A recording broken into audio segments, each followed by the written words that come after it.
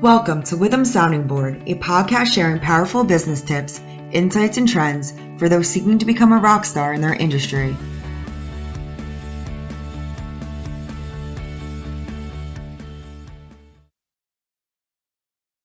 Hello and welcome back to Witham's C-Suite podcast series. I'm your host, Cuddy Thomas. I'm part of Witham's outsourced accounting and fractional CFO service line. We support the offices of controllers and CFOs. If you'd like to know more about what we do and how we support our clients, please go to www.witham.com/oasis, and that's spelled OASYS. Joining me today is Jennifer Paxton. Jen is a HR and recruiting leader with exceptional experience in high-growth tech startups. Our focus is on building and implementing HR and recruiting strategies from scratch, which includes direct sourcing, employment branding, as a conduit to delivering exceptional candidates. Jen is the VP of People and Talent at Roofr, a SaaS B2B roofing software company. My discussion with Jen today will touch on her career journey, people leadership, coaching, and mentorship, and then we'll wrap things up with reflection and advice. Jen, welcome. Thank you, Cuddy. I'm so excited to be here and to talk to your audience. Oh, very good. Did I miss anything? No, I mean, high praise, honestly. That was impressive. Yeah. Very good. How did you start at Roofr? Am I pronouncing it right? Is it Roofr?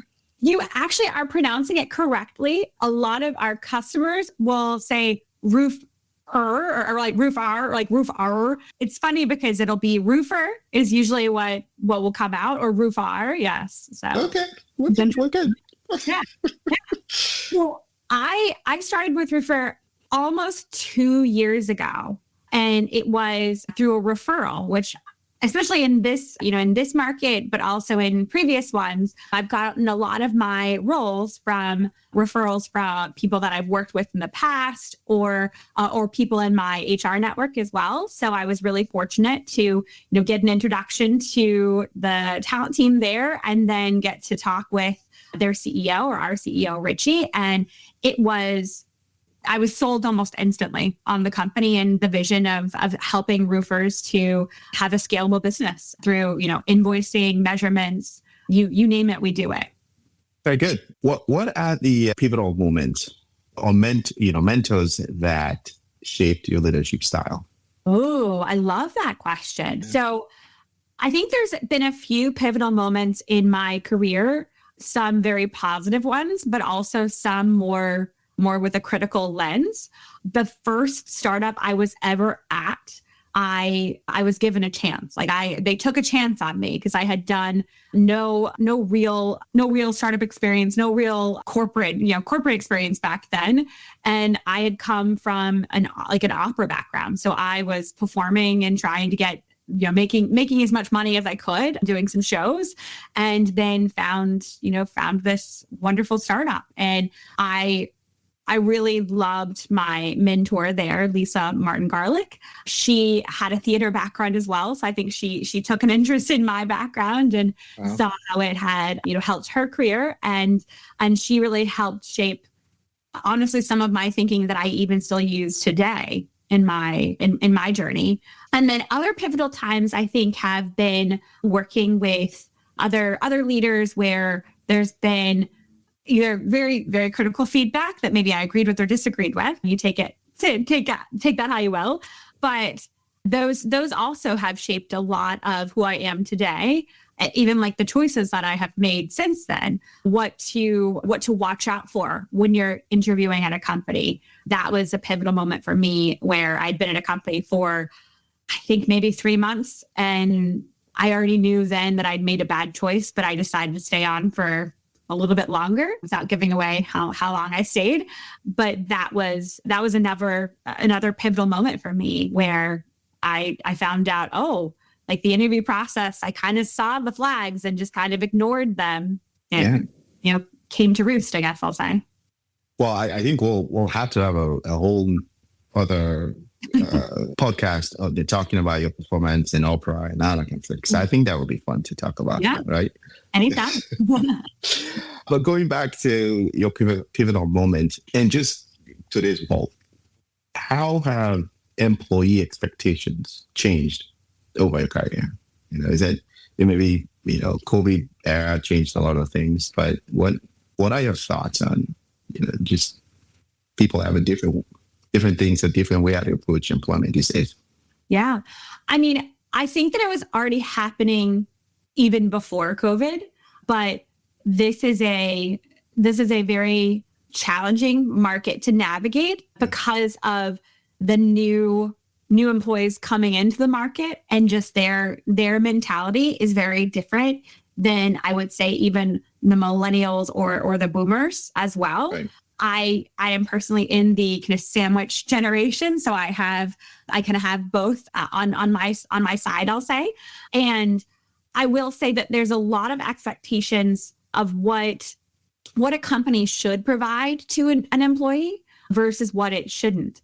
And actually, I was having a conversation with my mom about this when she was here a few days ago, actually, and she was mentioning that when she started getting into the workforce, people just stayed with companies for, their entire career. And, right. You're kind of the reward of that was that pension.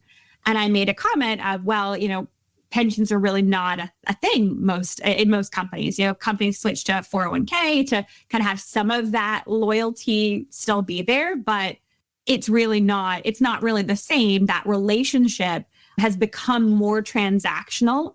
And I think employees are also trying to understand, what can I actually get out of a company that I will need for my career, not just for my career now, but for my career in the future. And I think companies are having to pivot or have pivoted their expectation of what do they need to give to employees to keep them for as long as they can. Because on average, a person stays at a startup for 2.5 years, right? Right. So you either think, okay, how can I get the most out of that person for that 2.5 years? Or how can I get them past that 2.5 years? If I need them to grow with me, how can I invest more in them?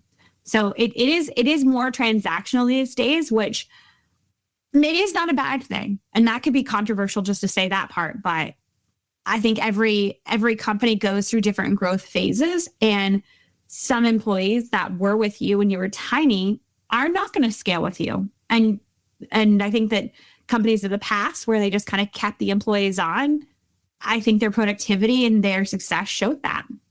Yeah, and it's fascinating you mentioned that. I think, 10, 15 years ago, you look at someone's resume, you would want to question why they were only at a place for 2 years. 2 years, it's much more shorter, right? It's like, why? Yeah. But it seems like now it doesn't quite matter as much as it used to. Maybe on the coastal side of the United States, perhaps in the Midwest, they still have those kind of questions. Right? I don't know. I went to school in the Midwest, so just saying that. What is to just switching on to just your people leadership? What do you look at? So, what does a great leadership look like to you?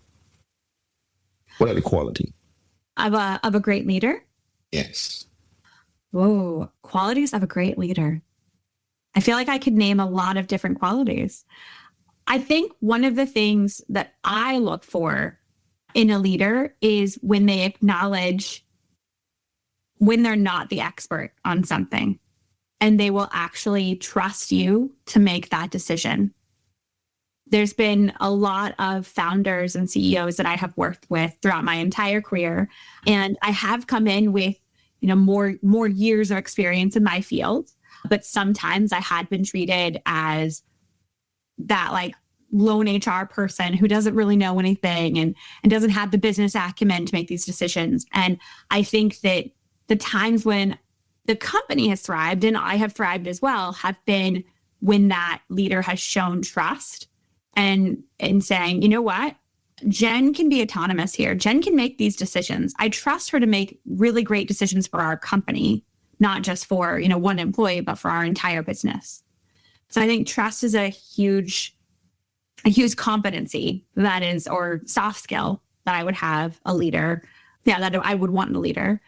In addition to that, there is a level of just inspiration that I want to have in a leader as well.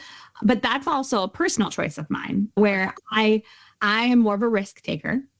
And I look for leaders that are very inspired to do cool things and are not just going to say, well, that's just how we've always done it.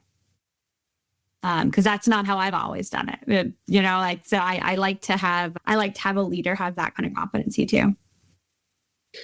Yeah, you have to be, I like using the word nimble with a lot of the things that I do, and not be the one that constantly says no. And we used to do it that way, and that's how we're going to do it, right? Things change, everything changes, right? What would be, or what's the key to sustaining a strong culture across a remote organization? You know how it is that things that we do now, we wouldn't have thought about doing it 2019 or 2020, early 2020. But how do you muster a strong culture when most of your folks are not in the office? If we were having this conversation, you and I, if we were having this conversation in like 2018 or even 2019, I would have said I would have said I am not a remote person. Like, I don't want to work remotely. I want to be able to see my coworkers. That's the only way I feel like I'm going to be able to build connection. Like, how do you have a great culture when you're remote? I have completely flipped on that. I am fully into the remote atmosphere, but the thing that keeps me up at night is connection, because people still need some kind of way to know that that human on the other side of the screen is a human. Yes. And is somebody, again, going back to that level of trust, is somebody that they're going to trust. So there is a level of, okay, I need to make sure I have in-person connection, even if we're not in person all the time. And I think that that's a pitfall that some remote companies will fall into is, well, everybody's remote. No one wants to actually get together in person. People still want to get together in person. So you have to make those opportunities very special and intentional. Yeah, like I couldn't agree with you anymore, but I understand that you have to have, when we're in professional services, we have young kids coming in from college, studying, and it's really hard to fathom the fact that they can be fully remote, right? And not having the support. So we'll try to get around that. You have to have that balance. Other thing I was going to say just about being remote, and this is more tactical. However, it has a ripple effect for every aspect of the company, where when you're working remotely, it can feel like the Wild West, and you maybe don't have as much insight into what this team is doing over here, even what that person is doing on their day-to-day. And so you have to have some kind of process or some kind of habit that you're building, so you're aware of all the other things going on and also who's doing what. Right. Because you, as the company is growing, you get into these silos where you're making decisions independently, which is great, but you're not remembering, oh, that actually affects this person over here or that person over there, because you don't have that in-person water cooler talk. So you have to figure out how you're going to keep that kind of communication going both ways. A feedback loop is, my best friend basically at this point, because it can be horrible if not. Yeah. No, I totally understand. We can't talk about anything these days without bringing in talking about AI. Yeah. Right. I met you again after a long time at the Boston setup, because like, oh, that was a great question. And then Jen just killed that question. So talk to me about how you were thinking about or experimenting with AI in the realm of people leadership. So I am thinking about AI in so many different ways. it can become, or I have experienced, I should say, AI overload as well. And I've almost had to pull myself back to focus on what am I trying to accomplish with AI? And that helps me actually even to think about what do I do next? There's so many different opportunities that AI will bring in, and that can bring efficiencies, but that can also bring like AI for AI at all costs. And I think that there's just worth a conversation there and thinking about it. As far as kind of tactical things that I use AI for, there are, of course, data synthesization as well. How you're organizing your data, that's important.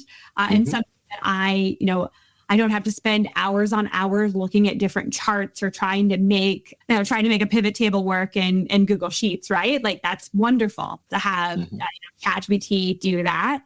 But then there's also this kind of AI as your coach. AI is like your secondary HR business partner, if you will, where you are telling AI, hey, I need to give this person feedback. And this person has usually responded in this way to feedback before. You may be able to put in like, hey, here's their DISC profile. Like, write me feedback, how this person would respond well to it. You could even say like, what are different forms of feedback? Like an SBI model, like I want to do this, write me a script. And that's been extremely helpful as a brainstorm buddy. I would highly recommend it. In my job, and I bet many leaders feel this way, you feel like you're on your own little island and you can't really tell anyone half the stuff that you're going through, but you still need to talk it out with somebody. And so don't have a dedicated kind of talk it out buddy at work that you can use. AI has been really wonderful for that. Now I'm on a paid account, like fair warning. So like, hopefully it's not getting, data leaks or anything like that. And also using best practices where like using a first name, not using a full name and all of those things as well. But I have found it extremely helpful to put in, a prompt of what I might say to myself, and then had those back and forth conversations, confessing that it's been sometimes feeling like such a real conversation that I will say please and thank you. I have been told not to do that at this point, but like that was my nature. I'm actually from Texas originally, so there was a lot of please and thank you and yes ma'am, no ma'am kind of thing. So trying to, not have that come out in AI if I can, but it's still there sometimes. Again, it's a working progress. It's a working process. It's the same with us as well. We use AI for a lot of different things, but you can't entirely rely on it. You have to look at it before it goes out, that kind of thing. And I'm sure you do the same. I can tell when people are like, oh, they just copy and pasted something. Like you got to QA this. Yeah. So you mentioned coaching and mentorship. You know how, you were friends with someone and then all of a sudden you got promoted. And now you have to oversee what they're doing. Now you have to, there's that shift, right? Do you just keep being friends, or can I do good feedback with you because we're friends? See, things like that. So from your perspective, I'm sure you have plenty of examples. What are some of the most common challenges you see managers facing today, especially in remote environment? Back to remote environment. Yeah. I mean, I don't think it's just in a remote environment, but I do think one of your earlier points about supporting employees coming into the workforce and how are you thinking about that? I think that managers are sometimes at a loss of trying to manage people that are coming into the workforce. How do they keep them engaged? How do they retain them for as long as they can? Because the other side of employees, again, trying to get as much as they can from the company and learning new skills and up-leveling their career, right? Managers have to deliver on that or they lose people on their team. And this isn't just a remote problem. This is an every manager problem, really. I think it can be exacerbated by remote because of the connection aspect. So people are looking for the value that a company brings them. And career development can be a huge value and a huge asset as long as managers actually are thinking about it and investing in it. A lot of managers can be really heads down and forget about that part, or maybe leave it till it's a little bit too late. So I think that managers thinking about professional development and growth and how can I expand this person's scope, even if it's not, upward momentum right away, but it could be horizontal momentum as well. Yeah, good point. Any thoughts about like training and coaching models, that have worked well for developing managers that you can share? So I think this is probably something I'm biased to, but I still love to meet one-on-one with managers and just have those conversations of, how's this person on your team doing? How's that person on your team doing? What's one last piece of feedback that you gave them? So there's all the books in the world that a manager could read, but I think that nothing will replace a human asking another human, what was one piece of feedback you gave that person? How did they react to it? What did they say next? What were next steps that you left them with? And ChatGPT can do some of this, but the accountability side of it with another human asking that question, I feel like that's gold.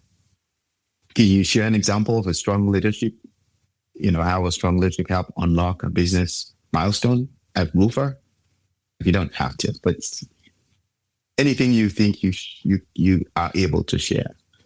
I will share a part of it. It's still a work in progress. Okay. But as I mentioned, we have employees that have been with the company for many years, have seen the company grow from, 25 employees to 50 to 150 to we're now around 240, right? And some of those employees had not scaled with us.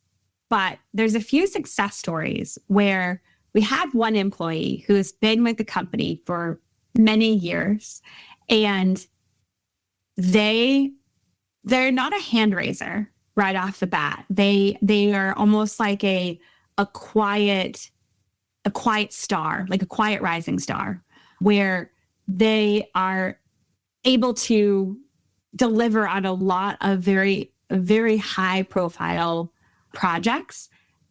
And their manager understands they're not a person that's going to need like a lot of public praise, but they're going to need more guidance on, hey, you should go talk to that person over here. Or the work you're doing now, that seems really similar to the work that person over here is doing. So the manager is connecting them with more internal champions so that employee can get more knowledge, just internal knowledge, but also that employee is building a connection with those other employees and helping to up-level their skills. So again, it's a work in progress, but that employee is going to be spearheading an entire project by like they're spearheading it by themselves soon. And I think that's because their manager took the time to invest and say, hey, you should go have a conversation with that person. Or, hey, go look at what that person's doing over there. It's pretty cool. I think you'd enjoy it. I think you'd get some value out of it. It's fascinating. It almost feels like a peer mentoring, right? People at the same level, just doing the same things. It just, it allows them to be a little bit more visible and people know what they do. Yeah. Is that how you cultivate culture of mentorship at Woofer? Is that half of it or part of it? Something like it? I think that is a part of it. In addition to that, 2026 for Woofer's people operations team is going to be, I want to say like the year of the manager or the year of manager enablement, where there's a blend of how do we make managers feel more strategic? So how do we get them to plan not just, 2 weeks ahead or 3 weeks ahead, but how are they even succession planning for, the rest of their team? How are they thinking about, if I'm going to be on vacation or I'm going to be on, paternity leave, how do they plan for that early? But then we're also having these moments of levels of kind of that tactical side where it's, I just need to navigate this really tough situation. And I haven't had to navigate this before. How do I do that? You know, what should I look at? What should I think about when I'm even, thinking through what that process is going to look like? Do I have a resource that I can go talk to about this and how I'm feeling? If I don't want to confess this to my manager that I'm feeling, not great about this decision, but I need to make this decision. Who do I go to? So that's going to be people operations is one of our main goals this next year is supporting managers in a few different ways. All right. So this is where we ask people advice and suggestions and all the good stuff. So looking back, what advice would you give to your young self stepping into leadership? And what's your vision for the future of people leadership in tech? I think, one piece of advice that I would give myself is don't be afraid to have conversations with people 2 or 3 levels above you. There's sometimes a kind of stigma or like, oh, that person's too busy to talk to me. Or like, I'm just a little, I'm a tiny new manager and like, I'm not worthy. And I think that is a mistake for anybody to think that way, because if you don't ask for help or if you don't ask for mentorship, there's not as many people out there that are going to just proactively give it to you.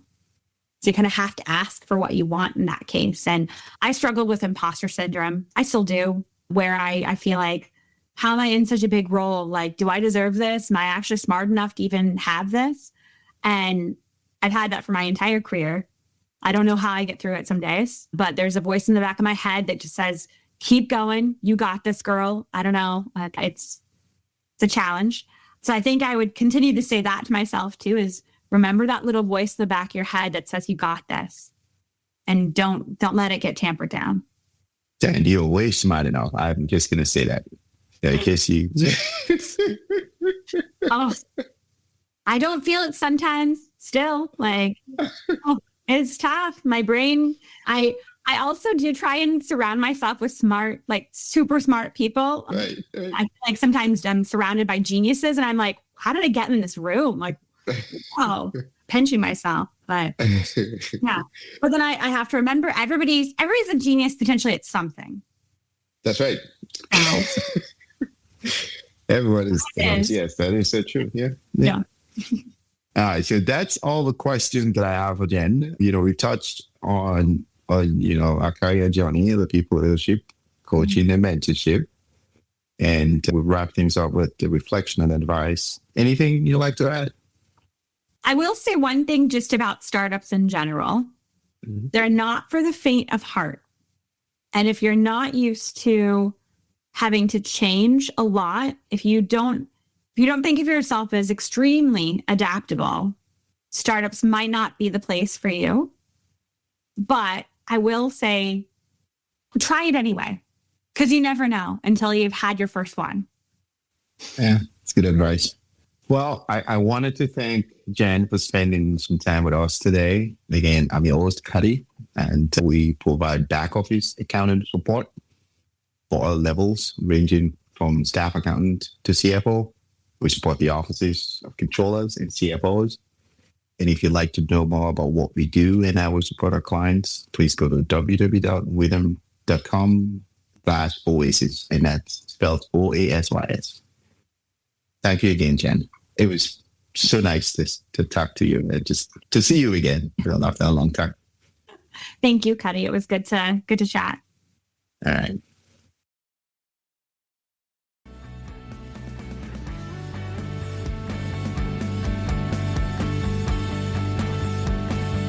Thanks for joining us. Be sure to subscribe to our podcast so you'll be first in line to hear what's coming next. Don't want to wait for our next episode? Check us out at withum.com. That's WITHUM.com.